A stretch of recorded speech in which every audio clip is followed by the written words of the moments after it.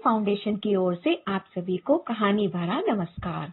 आप सभी नए व पुराने साथियों का हीलिंग फाउंडेशन की ओर से स्वागत है। पिछली कहानी में हमने एक पपी की कहानी सुनी थी।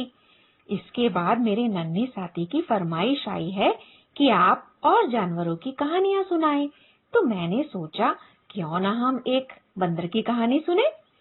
सुनना चाहोगे? और मैं उम्मीद करती हूँ आपको इस कहानी के पात्र बंदर से लगाव हो जाएगा, क्योंकि वह है ही इतना प्यारा और निराला।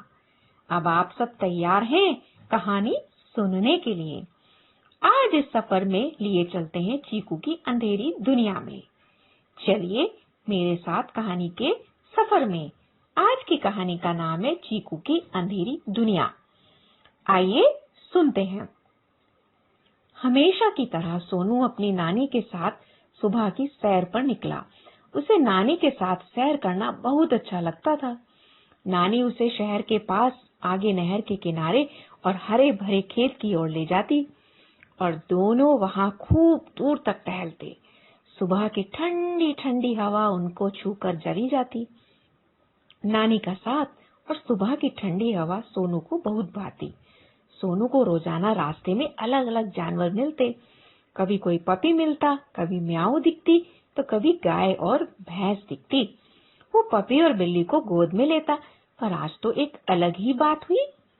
सोनू को रास्ते में एक छोटा सा बंदर दिखा और वह सड़क पर लेटा हुआ था। उसने सोचा, बंदर तो कितनी उछल कूद करते हैं, यह सड़क पर कैसे घिसट रहा है। उसने बहुत कोशिश की, पर वह उठ न सका। सोनू ने उस बंदर को आवाज दी, पर कोई जवाब न आया। यह बंदर उसी तरह धीमे धीमे घिसट घिसट कर चल रहा था। सोनू ने सोचा, चलो पास जाकर देखता हूँ क्या हुआ है। सोनू जैसे ही बंदर के पास पहुंचा तो बंदर उसी तरह से घिसट रहा था। इतने में पास के खेत से कई सारे गांव के बच्चे निकल कर आए। उन बच्चों ने कहा, देखो यह बंदर बहुत बीमार है। एक बच्चे ने कहा, मुझे तो लगता है ये पागल हो गया है। नहीं तो बंदर और जमीन पर, और वह भी इतना शांत लेटा है।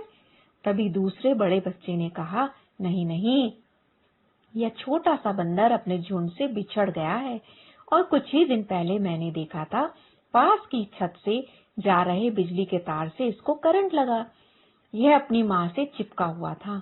माँ ने जैसे ही करंट को महसूस किया तो अपने बच्चे को दूर झटक दिया और खुद सारा करंट झेल गई। देखते ही देखते इसकी माँ की डेथ हो गई। चीकू अपनी माँ के कारण बच तो गया, पर इस हादसे में उसकी आंखों की रोशनी चली गई और उसे लकवा मार गया। वह बैठ नहीं पाता है, वह सामान्य बंदर की तरह उछल कूद नहीं कर पाता है। यह बेचारा छत पर ही एक कोने में अकेला छूट गया।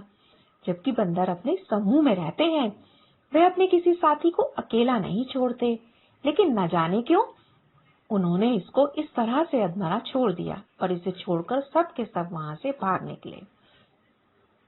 सोनू बड़े ध्यान से इस बंदर की कहानी सुन रहा था, इस बंदर के बारे में जान रहा था। उसके मन में बहुत सारे सवाल थे और उसको उस बंदर पर बहुत प्यार आ रहा था और उसकी आंखों से आंसू निकल पड़े। उसने रोते रोते कहा, नानी क्या इसे हम अपने घर ले जा सकते हैं? नानी ने कहा, लेकिन क्या तुम इसकी देखभाल कर पाओगे? सोनू ने कहा, नहीं, मैं इसकी बहुत अच्छे से सेवा करूंगा नानी। मुझे तो यह पता नहीं क्यों अपना सा लगता है। नानी ने कहा, रहने दो, तुमसे नहीं हो पाएगा। तुम स्कूल जाओगे, अपना होमवर्क करोगे और अपनी माँ को घर के काम में मदद करोगे, तो इसकी देखभाल कैसे करोगे? सोनू ने जवाब दिया, नहीं नहीं, मैं सब कर लूंगा, आप लेकर तो चले। यह बेचारा बोल नहीं पाता है और इन बच्चों ने बताया यह देख भी नहीं पाता है और यह चल भी नहीं पाता है। इस तरह से यह सड़क पर पड़ा रहा तो यह मर जाएगा और नानी कोई भी गाड़ी इसको रौंद कर चली जाएगी। तब क्या हम अपने आप को माफ कर पाएंगे? आप ही तो मुझे कहानी सुनाती थी कि सभी जीवों से प्यार करना चाहिए, उनकी देखभाल करनी चाहिए। तो क्या यह बातें केवल कहानी की थी? सोनू की इस बात का नानी के पास कोई जवाब नहीं था। हालांकि मन ही मन नानी भी चाहती थी इसकी देखभाल हो, इस बंदर की देखभाल हो और यह किसी के पास रहे। पर वह जानती थी घर की जिम्मेदारियों को, क्योंकि वह भी स्कूल में पढ़ाती थी, स्कूल और घर की जिम्मेदारियों को एक साथ कैसे निभा पाएगी और सोनू की मदद कर पाएगी। सोनू तो बच्चा है।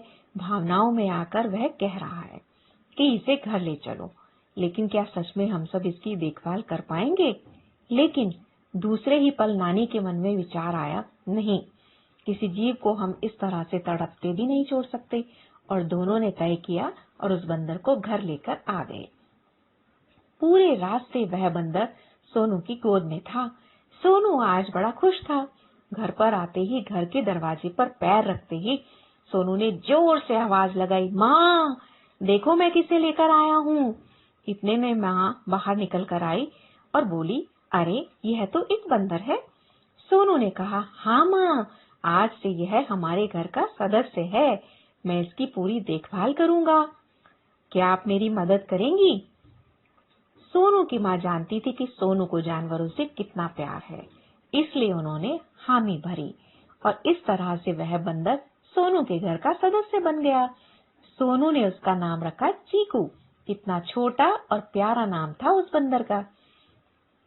वह बंदर चीकू दिन भर सोनू के साथ रहता, बस जब सोनू स्कूल जाता तो उससे अलग होता, उसी के हाथ से खाना खाता, उसी के हाथ से पानी पीता और सोता।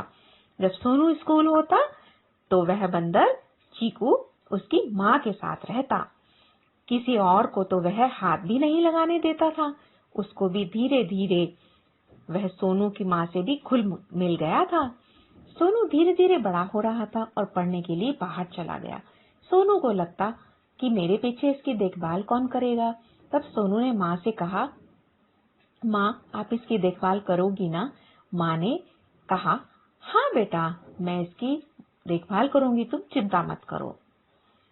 और उस दिन से आज का दिन है, सोनू की माँ उसे हमेशा अपने साथ रखती हैं और उसकी पूरी सफाई करती हैं, क्योंकि चीकू को हर बात के लिए दूसरों की जरूरत होती है। उसको अपने साथ घुमाने भी ले जाती हैं। जब कभी उन्हें बाहर जाना होता है दूसरे शहर में, तो चीकू मजे से सोनू की माँ की गोद में बैठकर जाता है। वह उनके स्पर्श को पहचानता है। अब तो चीकू किसी और को हाथ भी नहीं लगाने देता।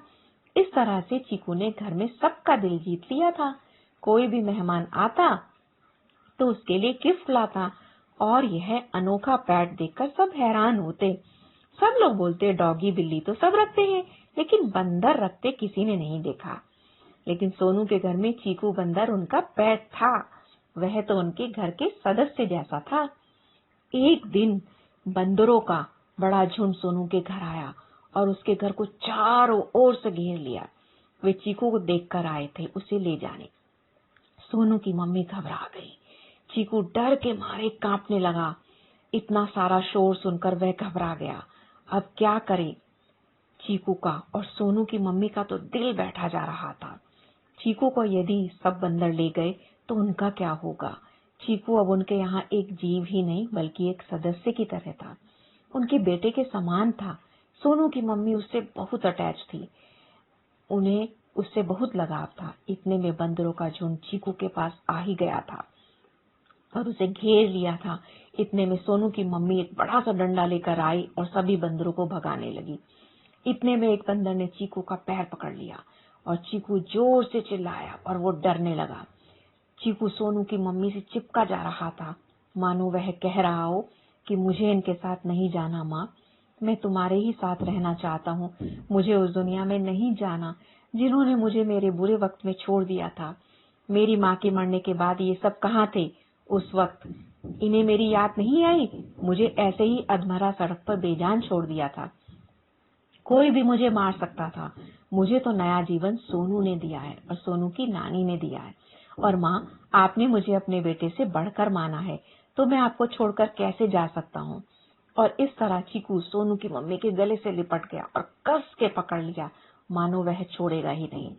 इतने में सोनू का छोटा भाई अपने कुछ दोस्तों के साथ घर आया। उसने चारों तरफ बंदर ही बंदर देखे तो समझ गया ये सब चीकू को लेने आए हैं। उसे पता था बंदर अपने किसी सदस्य को अकेला नहीं छोड़ते। चीकू को देखते ही उन्होंने घर को घेर लिया था। सोनू का छोटा भाई और उसके दोस्त आगे बढ़े और उन्होंने तेज आवाज की और डंडे से दीवार पर आवाज की, पर बंदरों पर कोई असर नहीं हो रहा था। इतने में सोनू के भाई ने अपनी व दोस्त और अपने पापा की मोटरसाइकिल स्टार्ट की और हॉर्न बजाया। उस आवाज से सभी बंदर घबरा गए, समझ नहीं पा रहे थे कि यह क्या हो गया है। इस तरह हड़बड़ी में सारे बंदर आवाज करते हुए एक के बाद एक वापस छत पर चढ़े और छत से पेड़ों से होते हुए भाग गए।